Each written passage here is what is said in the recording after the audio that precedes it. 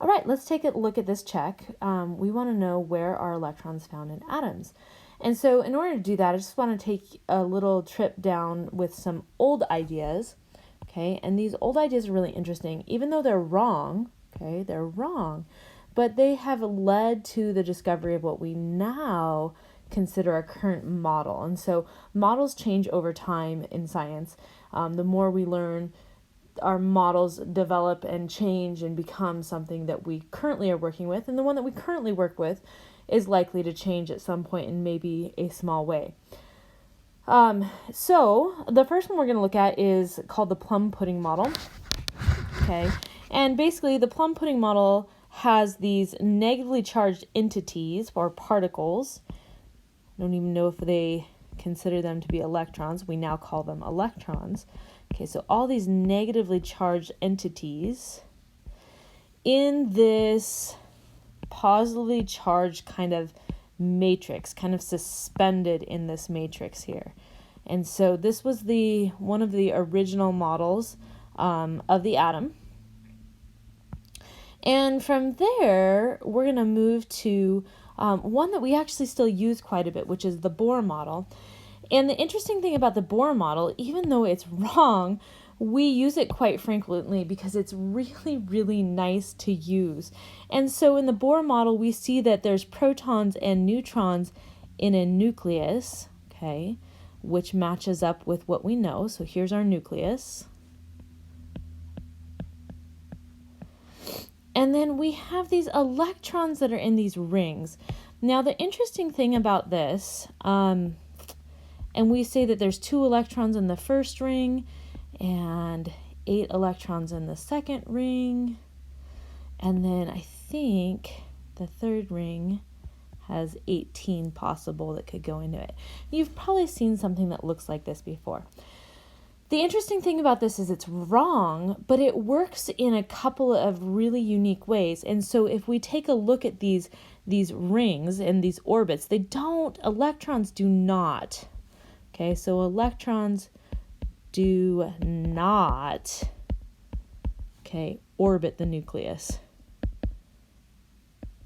or move in a circular path around the nucleus.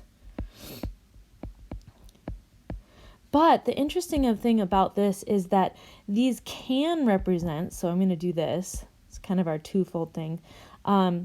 So each one of these rings, do this down here. So the rings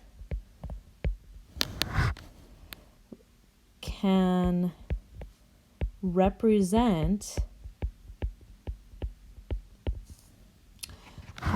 energy levels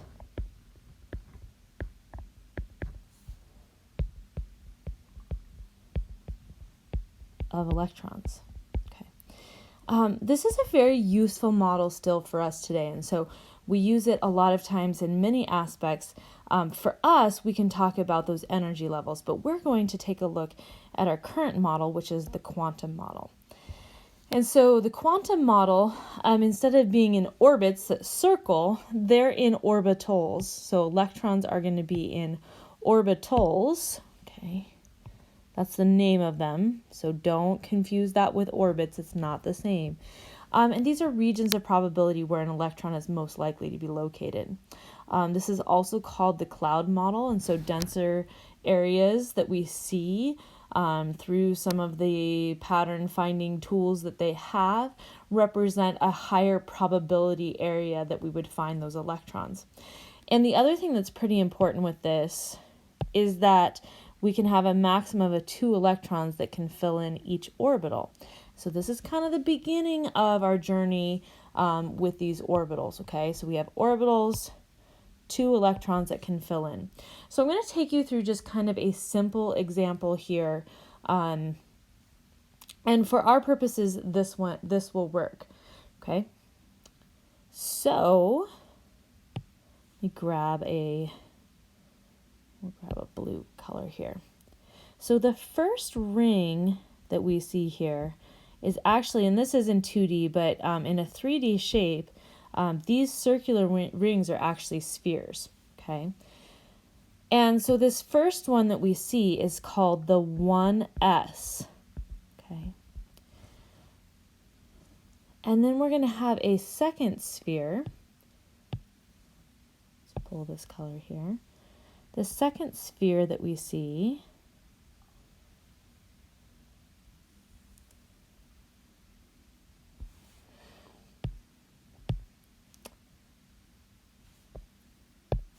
this is going to be our 2s. Okay. And so if you notice, the S's are spherically shaped. And then we have these kind of, we call them figure eights, and excuse my really bad digital representation here. But these spherical shapes that we see, or I mean, not spherical, these kind of, I call them dumbbells. Sometimes I'll call them figure eights. So there are actually 3 of them. And they don't actually go into the nucleus because remember, electrons are not found in the nucleus. And so this first one here is something that we would call a 2p,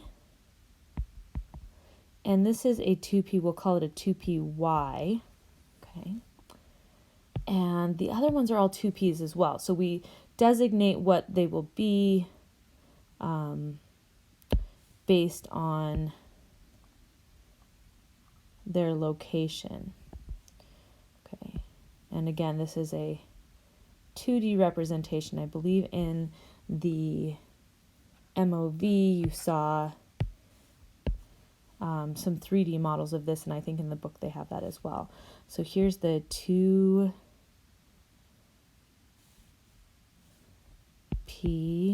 and actually we're going to call this one the 2PY. Let's go back to the other one. This one I should have called the 2PZ. Okay, and think about, we kind of look at this like the axes that they would be on if we were looking inside there. So the Z axis is always kind of on a diagonal, but the Y is on the vertical, and then of course the X axis is going to be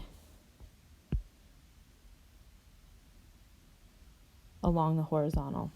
Okay, so I'll label it that just so it kind of matches up a little bit better with the designation. So 2px. Okay. And then the last big spherical ring that we would have would be the next energy level. So when we are talking about 2 electrons in the first level, those would only go into the 1s. And then when we talked about a possibility of 8 into the second energy level, well, we have 2 that will go into the s, 2 that go into each one of those p's, and that gives us 8 total electrons. Okay, and so the last one here, actually we'll grab it, let's grab a different color than that. We'll grab our bright pink here. So this last one that we have, oops, is going to be our 3s. So if you notice, our orbitals, okay, so we know that there are 2 electrons per orbital at a maximum. Okay, there are sublevels.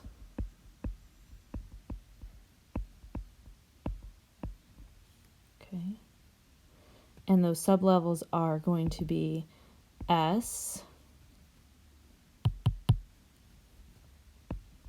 Okay, so we have S. Those are going to be spherical. We have P that are going to be, I call them figure 8. We also have D and we have F orbitals. They're a little more complex in their shapes, so we kind of ignore them, so just kind of keep that in mind. And those orbitals are organized also into those energy levels, right?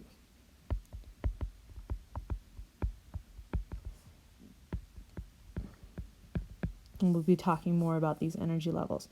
So we actually have 7 energy levels. So 1, 2, 3 is what we see in this depiction. And then 4, 5, 6, and 7. And we'll talk about some of those later.